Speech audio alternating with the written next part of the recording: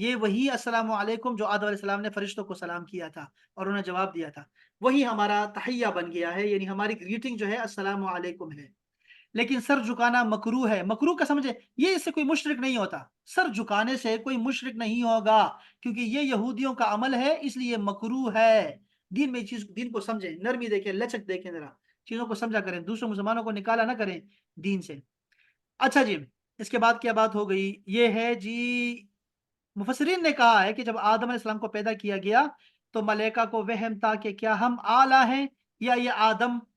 پھر جب ان سے اسماء کے متعلق پوچھا گیا تو وہ بتا نہ سکے اور حضرت آدم نے بتا دیا، اب انہیں پتا چلا کہ آدم اعلم ہے، اعلم یعنی زیادہ جاننے والا ہے۔ پھر ان کو اشکال ہوا، اشکال کا مطلب ہے کہ ان کو شبہ لگا کہ ہم افضل ہیں یا آدم۔ جب ان کو سجدے کا حکم ہوا تو ان کو پتہ لگ گیا کہ آدم ہی افضل ہے۔ کیا بات ہے جی، کیا بات ہے! یہ ہے ہمارا وہ کیا کہتے ہیں، علامہ اقبال نے کیا فرمایا کہ عروج آدم خاکی سے انجم سہ میں جاتے ہیں کہ یہ ٹوٹا ہوا تارا مہ کامل نہ بن جائے۔ تو وہ ڈرتے ہیں انسان سے، انسان کو اسی لیے چین سے نہیں رہنے دیتے اور ہم سو جاتے ہیں آرام سے، رات کو سوئے رہتے ہیں غفلت میں، دن کو سارا دن گناہ کرتے رہتے ہیں۔ اور وہ جو شیطان ہے اور اس کے چیلے ہیں اور اس کے جتنے بھی کرندے ہیں، نفس ہے، نفس امارہ ہے، سارا کچھ ہے، وہ سب جو ہے اس طاق میں لگے ہوئے ہیں کہ یہ عروج یہ جو آدم خاکی ہے یہ مہ کامل نہ بن جائے، کہیں یہ ٹوٹا ہوا تارا جنت سے نکالا ہوا کہیں جنتی نہ بن جائے ہم سے۔ تو وہ صبح و شام آپ کو غفلت میں رکھتے ہیں، گناہ میں رکھتے ہیں، اور ہم کہتے ہیں نہیں بھائی ذکر کرنے کی کیا ضرورت ہے، کیوں استغفار کے رٹ لگائی جائے، کیوں تسبیح پڑھی جائے، کیوں بار بار جو ہے وہ ضربیں لگائی جائیں، الا اللہ کی لا الہ الا کا ذکر کیوں کیا جائے، درود کیوں پڑھا جائے، کیوں مدینے کے ساتھ تعلق نبھایا جائے، جوڑا جائے، کیوں نمازیں پڑھیں، کیا ضرورت ہے ہمیں جو ہے نا ہر وقت الحمدللہ سبحان اللہ ماشاء اللہ کہنے کی کیا ضرورت ہے؟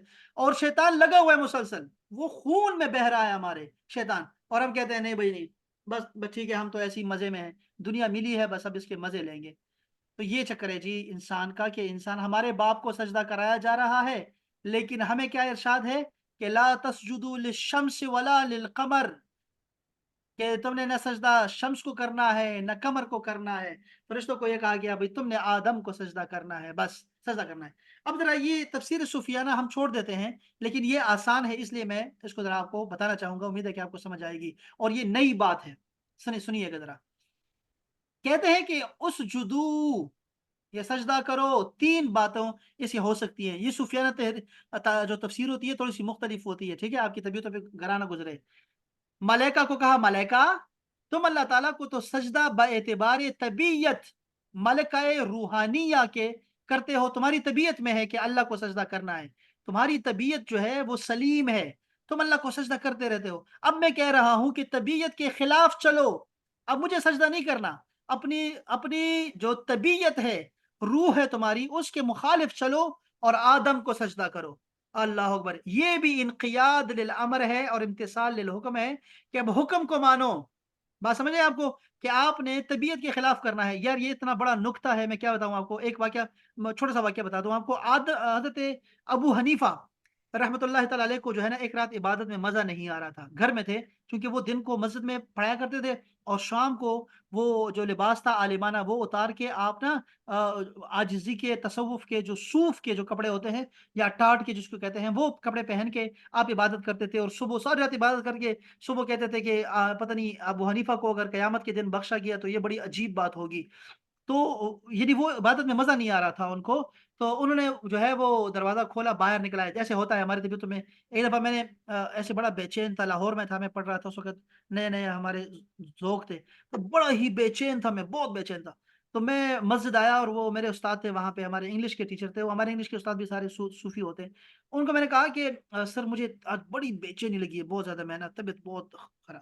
انہوں نے کہا کہ ایسے وہ چکر نا مسجد میں چکر لگا رہے تھے اور کہہ رہے تھے یار میں پتہ نہیں کتنے منٹ سے نا مجھ کو بتایا کہ میں خود مسجد میں ایسے چل رہا ہوں، میری طبیعت خود بہت بے چین ہے۔ تو یہ بے چینی انسان کی فطرت میں ہوتی ہے، طبیعت میں آ جاتی ہے۔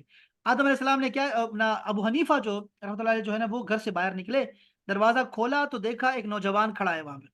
تو آپ نے کہا کہ تو نے مجھے جو ہے نا عبادت میں مزہ نہیں لینے دیا، میری عبادت میں جو مزہ نہیں ہے وہ تمہارے کھڑے ہونے کی وجہ سے، یہاں کہ تو ادب سے یہاں کھڑا ہے، دروازہ بھی نہیں دستک دے رہا اور یہاں کھڑا ہے ادب سے کہ میں آؤں گا، تو میری عبادت جو ہے نا اس کا مزہ چلا گیا، بتاؤ کیا ہے؟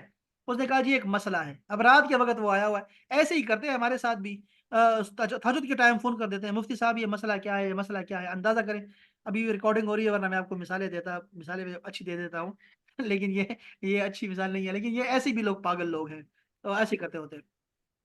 تو وہ کھڑا ہے جناب علی نوجوان، اور کمزور سا ہے اس کا، تو اس کی جیسی رنگت بھی ایسی ہے۔ ابو حنیفہ نے پوچھا جی کیا مسئلہ ہے؟ انہوں نے کہا جی مسئلہ یہ ہے کہ آ، نفس کی اصلاح اور تربیت کس چیز میں ہے؟ نفس کی اصلاح کس چیز میں ہے بتائیں؟ تو انہوں نے کہا کہ نفس کی اصلاح جو ہے وہ اس کی مخالفت میں ہے۔ نفس جو تمہیں کہے نا اس کی مخالفت میں چلو، یہ میں بتا رہا ہوں کہ آدم کو سجدہ کرو، اللہ نے فرمایا اس کی ایک وجہ یہ ہو سکتی ہے کہ ملائکہ تم اللہ کو سجدہ کرتے آئے ہو جب سے پیدا ہوئے ہو، اور اس کے خلاف نہیں کیا، لیکن اب اپنی طبیعت کے مخالفت میں چلو اور آدم کو سجدہ کرو۔ تو اس کو کہا کہ آپ نے فرمایا کہ جی تم جو ہو نفس کی مخالفت کرو گے تو نفس کی تربیت ہوگی اس میں۔ تو وہ جو نوجوان تھا اس نے اپنے گریبان میں جھانکا اور کہا اب تو مسلمانوں کے امام نے بھی کہہ دیا ہے، اب تو امام اعظم نے بھی کہہ دیا ہے کہ نفس کی مخالفت میں ہی نفس کی اصلاح ہے۔ تو اس لیے جو ہے یعنی وہ سمجھا رہا تھا تو نفس مان نہیں رہا تھا کہ اب وہ روزے رکھتا ہے، عبادت کرتا ہے، سوتا ہے، مزے لینا چاہتا ہے، اور وہ کہتے ہیں مخالفت میں ہی جو تمہاری تربیت ہے۔ یہ خضر علیہ السلام نے وہ جو کشتی تھی نا، خضر علیہ السلام کی جو کشتی تھی، وہ جو انہوں نے کشتی کو غریبوں کی کشتی تھی اور اس میں سوراخ کر دیا تھا اور کہا وہ ایک ظالم بادشاہ ہے وہ آ رہا ہے اور وہ اچھی اچھی جو ہے نا کشتیوں کو لے کے جا رہا ہے۔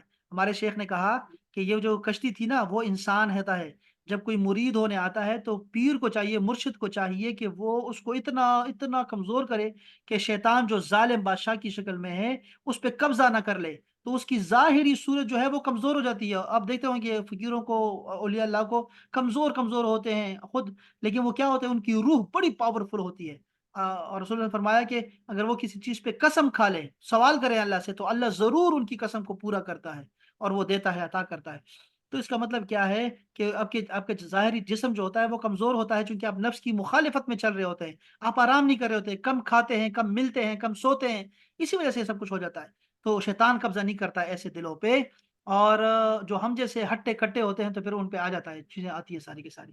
تو خیر ایک تو یہ بات سمجھائی کہ انہوں نے ایک بڑی اچھی بات کی، بہت خوبصورت، کہ فرشتوں کو کہا ابھی طبیعت کے مخالفت میں چلو۔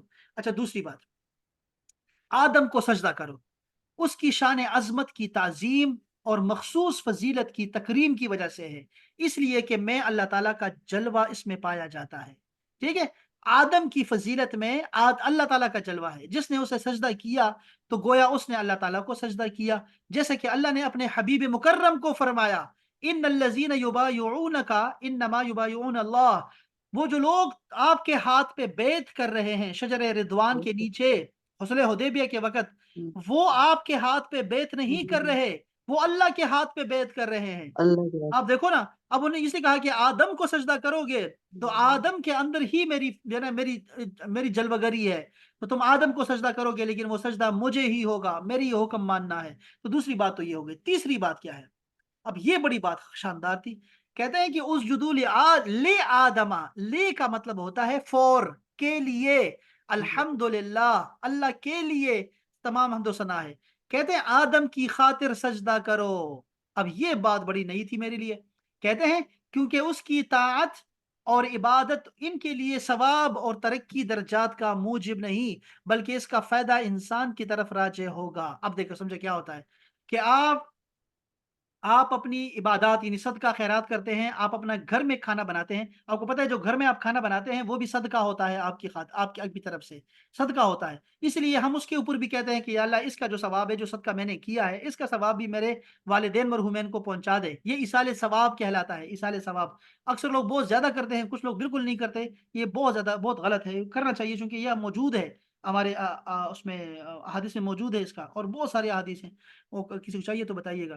تو اس میں کیا ہے کہ کہا گیا آدم کی خاطر سجدہ کرو، تم فرشتے ہو، پاک باز ہو، تمہارا نفس نہیں ہے، تمہارے سجدے مقبول ہیں، تمہاری عبادت مقبول ہے۔ اب آدم چونکہ بہت عالم، بڑا عالم ہے اور اس نے جانا ہے دنیا میں نیابت کرنی ہے، اور جا کے اس کے سامنے بہت بڑا ایک ابھی جو ہے نا بہت بڑی ذمہ داری ہے، فریضہ ہے اس کی خاطر سجدہ کرو، یعنی سجدوں میں اس کے لیے یہ عبادت، تمہاری جو عبادت ہوگی وہ آدم کو اس کو فائدہ پہنچے گا۔ اب آپ سمجھیں، اس کی دو جہتیں بتا رہے، کہتے ہیں اول تو یہ ہے کہ انسان طاعت میں ملائکہ کی اقتداء کرے۔ ایک بات تو یہ بھی ہو سکتی ہے نا کہ آدم دیکھ رہا ہے، تم ذرا اس کو سجدہ کرنا سکھا دو کہ سجدہ کیسے کرتے ہیں۔ واہ واہ واہ واہ، کیا خوبصورت بات کی ہے کہ ملائکہ کو کہا سجدہ کرو آدم کے لیے۔ آدم کے لیے کا معنی کیا ہے؟ آدم کے لیے یہ ہے کہ آدم دیکھ رہا ہے اور آپ سجدہ وہی کرو۔ کرو۔ جیسے کہا گیا السلام علیکم، فرشتوں کو کہو، تو فرشتوں نے کہا وعلیکم السلام ورحمۃ اللہ۔ جب اللہ کے پاس دوبارہ آدم آئے تو اللہ پاک نے آدم کو کہا کہ یہ تمہارا سلام ہے، اب اس کے بعد یہ جواب اس کا ہوا کرے گا۔ تو فرشتے سکھا رہے تھے کچھ نہ کچھ، ان سے سیکھ بھی رہے تھے، تو ہو سکتا ہے کہ یہ بھی مانا ہو ایک کہ یہ ہم تعویلات کر رہے ہیں کہ فرشتوں کو کہا کہ سجدہ کرو آدم کے لیے کہ آدم دیکھے سجدہ کیسے ہوتا ہے۔ اب امتثال امر میں اس کی عادت سیکھے گا کہ اللہ تعالیٰ کی کیسے بات مانتے ہیں، اور طاعت سے، اباء اور استکبار سے ملائکہ کو دیکھ کر بچ جائے گا۔ جب دیکھیں گے نا کہ ملائکہ تو اللہ کی ہر بات مان رہے ہیں، تو یہ خود بھی جو ہے اللہ تعالیٰ کی بات کو مانے گا، اور وہ جو سجدہ نہیں کرے گا اس کا کیا انجام ہوتا ہے وہ بھی دیکھ لے گا آدم۔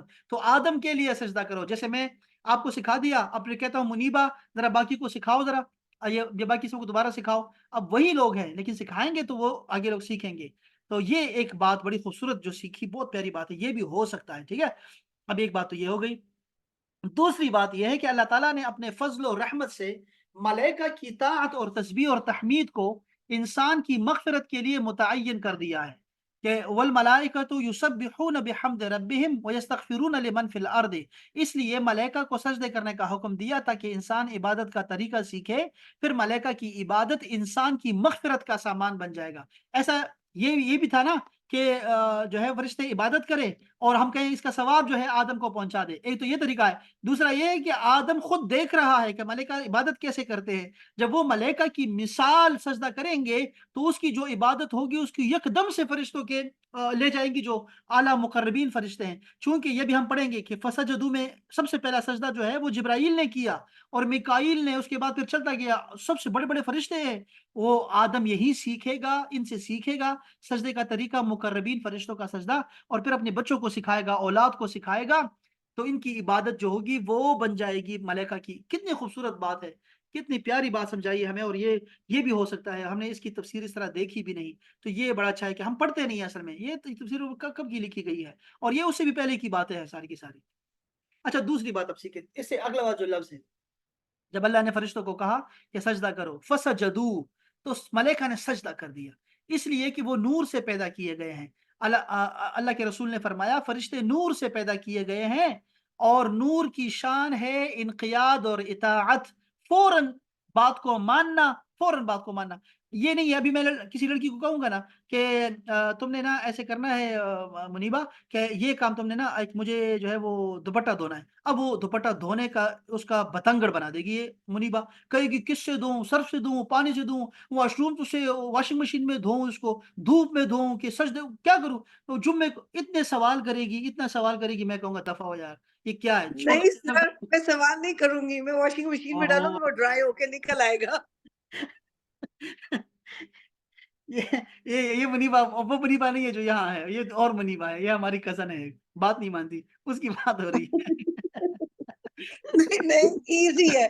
بالکل، اب تو ایسی واشنگ مشین ہے کہ آپ کو تو کچھ کرنے کی ضرورت نہیں ہے، ڈالیں وہ ڈرائی ہو کے آپ کے سامنے آ جاتی ہے چیز سر۔ یہ تو آپ کو مزہ ہی نہیں آئے گا، یہ تو کیا کیا لڑے گی آپ شوہر سے، تو مزہ نہیں آتا، شوہر کہے گا کپڑے دھو، آپ فوراً دھو دیں گی، تو مزہ کیا آئے گا آپ کو؟ یہ تو آپ کی لائف بڑی تو سر بورنگ لائف ہے، یہاں یہی ہوتا ہے، یہاں کوئی مزے بورنگ لائف کسی ہے کا آپ نہیں کی، ہوتا، تردد نہیں ہوتا۔ یہ بڑی بورنگ لائف ہے، آپ پاکستان آئیں اور یہاں بورنگ لائف سر اتنی ہارڈ ہوتی ہے، اسی لیے انہوں نے سب چیزیں ایزی کی ہوئی ہم ہیں۔ بیگم سے کہتے ہیں یہ ذرا یہ چادریں دھو کے دینا ہمیں، تو وہ کہیں گے جمعہ ہے آج نہیں دھوؤں گی، جمعہ کا اچھا نہیں ہوتا، مغرب کے بعد اچھا نہیں ہوتا، صبح کروں گی، صبح آئے گی صبح، تو اس میں ہفتہ گزار دیتی ہے، پھر ہفتے کے بعد جب جس دن واشنگ مشین کپڑے دھوتی ہے اس کے بعد اور نخرے ہوتے ہیں اس کے، وہ نہیں بتا سکتا میں آپ کو، تو اور نخرے ہوتے ہیں کہ بھئی آج میں نے بس میں نے کپڑے دھوئے ہیں، اب آرڈر کریں باہر، ذرا پیزا آرڈر کریں اور چکن آرڈر کریں، بس جی میں آج بس آپ مجھے اور کوئی بات نہیں کرنا، میرا دماغ شارٹ ہے بھئی، میں نے آج کپڑے دھوئے، تو دیکھیں نا، یہ مزے تو پاکستان کے آپ کے مزے لیتے ہیں نا سر، اس کے آپ مزے لیتے ہیں، آپ نہیں لیتے۔ میرے ہسبینڈ جیسے اتارتے ہیں اپنا یونیفارم، وہ کہتے ہیں ڈال دو، میں نے مارننگ میں پہننا ہے، میں نے کہا ٹھیک ہے۔ ڈال کے وہ مارننگ تک ریڈی بڑی ہوتا ہے. بورنگ لائف ہے آپ کی، چھوڑ دو منی بات. اچھا یہ دیکھو چھوڑ دو، یہ دیکھو کہ ملائکہ کو کہا اللہ تعالیٰ نے سجدہ کرو، فسجدوا، یہ فا زبر فا ویسے ہے نا، تکلیف نہ ہو تو یہ جو فا ہے فا، ڈاکٹر صاحب یہ فا جو ہے، فا کا مطلب ہوتا ہے بھائی فوراً، تو سجدہ کر دیا سب ہوتا نے، گر گئے سجدے میں. تو سب سے پہلے سجدہ جبرائیل نے کیا، اس لیے اللہ تعالیٰ نے انہیں انبیاء کرام کے خصوصی کام جو تھا وہ کہ پیغام پہنچانا ہے میرے محبوب بندوں تک، وہ جبرائیل کو دے دیا. سب سے پہلا اس نے سجدہ کیا. دوسرا پھر میکائیل نے کیا، پھر اسرافیل نے کیا، پھر اسرائیل نے کیا، پھر تمام ملائکہ نے سجدہ کیا. اچھا بعض کہتے ہیں کہ سب سے پہلا سجدہ کرنے والا اسرافیل ہے. آپ کو پتا ہے نا کہ وہی لانے کی ذمہ داری پہلے جو ہے وہ اسرافیل کی ذمہ تھی. جب انہوں نے سجدہ سے سر اٹھایا تو ان کی پیشانی پہ قرآن مجید پورا لکھا ہوا تھا. یہ صرف اس سجدے کی برکت تھی. یہ تفسیر روح البیان سے پڑھ رہے ہیں ہم، ٹھیک ہے، یہ چیزیں ذہن میں رکھا کرو. فسجدو میں فا جو ہے ان کے امتثال اور اجلت اور عدم غفلت کے اظہار کے لیے ہے کہ ہمیں بھی حکم ہوتا ہے کہ نماز پڑھو عشاء کی، لیکن ہم کہتے ہیں تھوڑی دیر کے بعد تھوڑی ذرا کمر سیدھی کر لوں، ذرا کھانا کھا لوں، ذرا یہ چپ ہو جائیں، بچے سو جائیں، اور اس کے بعد ہم خود بھی سو جاتے ہیں، پھر صبح اٹھتے ہیں. تو یہ ہماری غفلت ہے ہماری عبادات کی. لیکن فرشتوں نے کہا سجدے میں گر جاؤ، تو وہ گر گئے فوراً کے ساتھ. انہوں نے فسجدو فوراً سجدہ کر دیا. الا ابلیس، اب یہاں آتے ہیں، ابلیس کی شامت آ گئی. ابلیس خبیث نے کیا کیا؟ ابلیس نے سجدہ نہیں کیا، اس لیے کہ اس کی پیدائش جو تھی وہ نار سے تھی، آگ سے تھی. آگ کا کام ہوتا ہے استکبار، بڑائی، اونچائی، الوف، وہ اوپر کو جاتا ہے، آگ اوپر جاتی ہے. تو اس نے کہا بھی میں تو روشنی کرتی ہوں اور میں تو اوپر جاتی ہوں. یہی مصیبت ہے. اور نار جو ہے مؤنث ہے، خواتین سے معذرت کے ساتھ. نار جو عربی میں ہے، عربی میں نار کبھی بھی آئے گا، اور جو بھی نار سے بنے دوزخ ہیں وہ سب مؤنث ہیں، مؤنث ہیں، مؤنث ہیں. اچھا جی. اور ملائکہ مؤنث نہیں ہے، یہ ذہن میں رکھیے گا. ابلیس بھی مؤنث اور مذکر نہیں ہوتا، ٹھیک ہے. یہ ملائکہ بھی جو ہے نہیں ہوتے، مذکر مؤنث نہیں ہوتے، یہ الگ سے مخلوق ہے. اچھا جی، اب ذرا بات سنیں کہ علماء کرام نے کہا کہ یہ اللہ کیا چیز ہے، اللہ سوائے ابلیس کے. اس کا معنی کیا ہے؟ کہتے ہیں کہ ابلیس جو تھا وہ جن سے تھا، جنوں میں سے تھا، لیکن ملائکہ کے کروڑوں کی تعداد میں اس کے ایک کا کیا شمار، اور ان کے اوصاف سے بھی متصف تھا، ٹھیک ہے.